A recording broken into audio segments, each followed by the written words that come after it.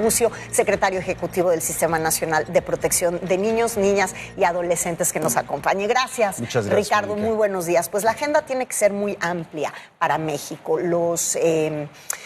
Digamos, las cifras que se han dado a conocer, no nada más por instancias nacionales, sino por las internacionales, en torno a la atención que debemos de brindar a nuestros niños vulnerados. ¿Por qué? Porque están siendo más cooptados por el crimen organizado que nunca, porque están siendo descuidados en muchas áreas de sus derechos humanos fundamentales. El primero, el derecho a la vida, el derecho a la salud, el derecho a la correcta educación, en fin. Tu reto es muy amplio, tu agenda es muy grande, Ricardo. Gracias por estar. En realidad, el de todo el país. Es un reto para todo el país, porque está en esta contradicción que yo creo que vive el mundo también, no solo México, la mayoría de los países del mundo, entre tener, como tú dices, una muy buena voluntad hacia la niñez, mucho más que hacia la adolescencia, y hay ya muchas reticencias. Y de eso da cuenta el hecho de que sea la Convención de los Derechos del Niño el tratado internacional más firmado. Es el que tiene más adhesiones en todo el mundo y en donde además en México, por ejemplo, tenemos muchas instituciones que están dedicadas expresamente o casi exclusivamente a niños y niñas. Tenemos más de 2,000 DIFs municipales, estatales, federal. Ahora tenemos los sistemas de protección integral en 1,800 municipios, pero tenemos también esta percepción, me parece casi generalizada, de que los niños están en buenas condiciones, que los problemas sociales importantes, que los problemas económicos no les afectan demasiado, pero que los sociales, los políticos, la seguridad, incluso la violencia, son problemas de la población adulta. Y es fácil verlo cuando vemos las decisiones que toma legislativamente el Congreso, los congresos, hacia dónde van. Las sentencias judiciales, ahí hay cada vez más referidas a derechos de los niños, pero todavía son minoría, una gran minoría. Y el presupuesto. Ahora, estos días que se discute el presupuesto público, pues el presupuesto eso es fundamental. No corresponde de ninguna manera. Te digo, por ejemplo, de 0 a 5 años, que es la primera infancia, tenemos 12.5 millones de personas en el país. Y se les asigna el 0.6% del Producto Interno Bruto, ¿no? Ese rango también está disminuyendo. En los últimos 2 años ha disminuido la propuesta presupuestal en 23%. Cuando ahí tiene que ser la inversión. Estas problemáticas que tú mencionas, muchas otras, tienen que ver con por un lado, la invisibilidad. No se conoce cuál es la situación que viven niños y niñas y adolescentes. Se pretende intervenir en las problemáticas cuando ya están dadas, ¿no? En la juventud, en la falta de empleo. Los programas sociales siempre han sido así. Ayudar a las personas que viven en pobreza cuando ya están pobres y no cuando comenzaron a ser pobres para que dejaran de serlo. Hay desconocimiento de que niños y niñas son el sector más pobre de la población. La medición de Coneval, las últimas 5 mediciones consecutivas, nos dan cuenta de que viven mayor pobreza moderada y mayor pobreza extrema que la población adulta en las 32 entidades federativas, las 5 últimas mediciones de manera consecutiva. O sea, hay una serie de carencias y de situaciones que se tienen que atender. Hay un reto enorme, sí, como país, y es básicamente, yo creo que de alguna forma cambiar el modelo, la mirada. ¿Cuál es el modelo?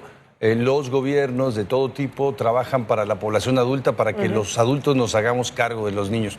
Cada día podemos menos porque hay una serie de factores que no están en nuestro alcance. El ciberdelito, la pornografía infantil, el crimen organizado.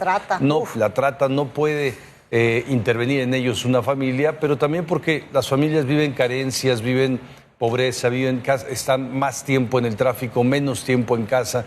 Los niños son educados por los teléfonos celulares, viven mucho tiempo en la calle, con inseguridad grande. Entonces sí hay que hacer esta conversión de modelo y de mirada para que nos hagamos cargo como Estado mexicano directamente de gobernar para niños, niñas y adolescentes.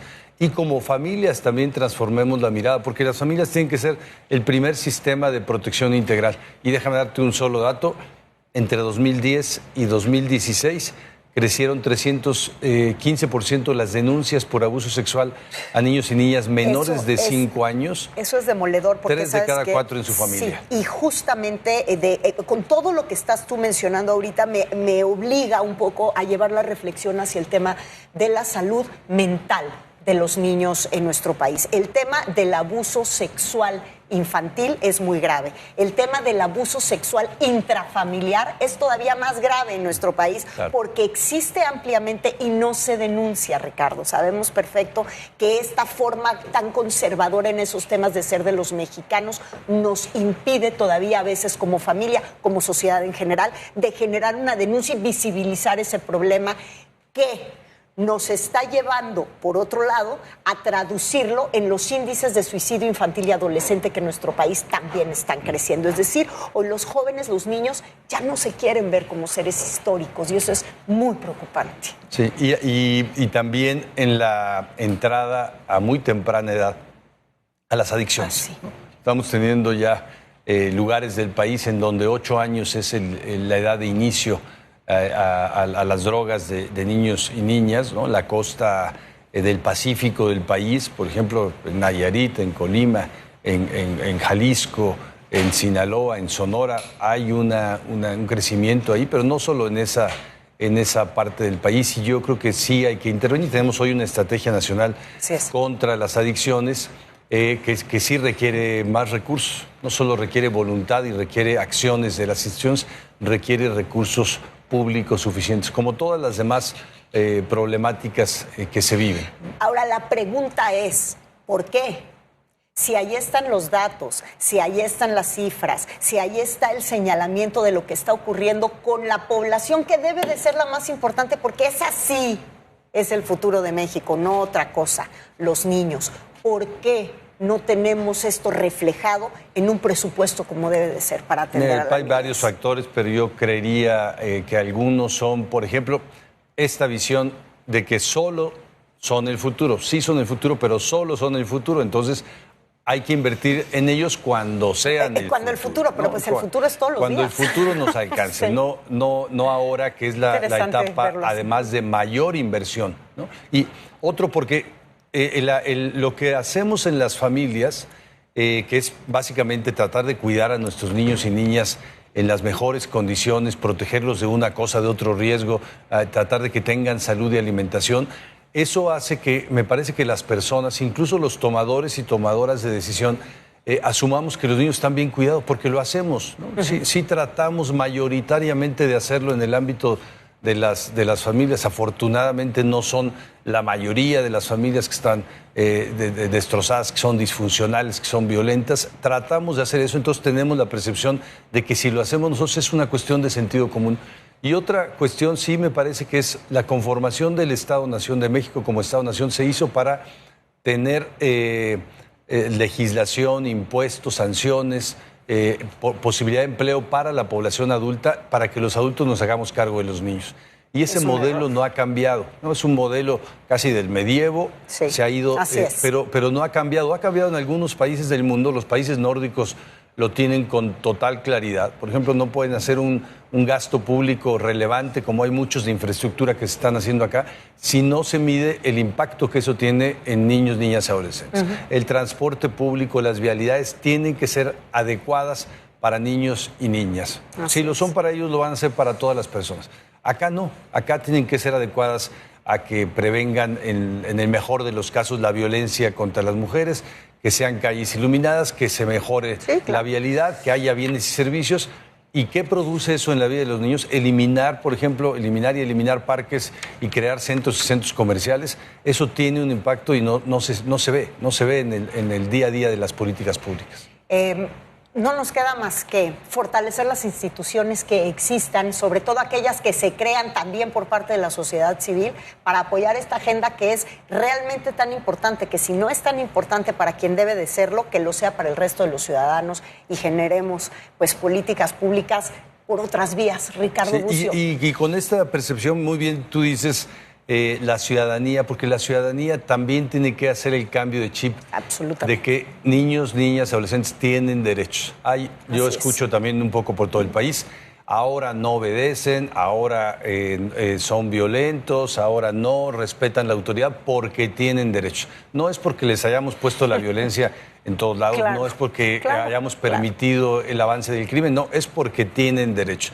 Y esta visión patrimonialista, los niños son míos, ¿no? Y entonces esas campañas que vemos por muchos lados, aquí en México y en toda América Latina, no te metas con mis hijos, ¿no? Mis hijos son mi patrimonio, son mi propiedad. Creo que hay que hacerlo. México vive una situación muy compleja en términos de derechos humanos y también un debilitamiento de las instituciones y ahora toca que haya mecanismos para proteger a los que siempre son más frágiles o tienen más posibilidades de ver violentados sus derechos. Ahí hay que poner el foco en ellos y en ellas. Sin duda, qué dura la reflexión que nos dejas, pero qué importante y ni modo, pues a seguir con este inmenso reto. Ricardo Bucio, gracias. Muchas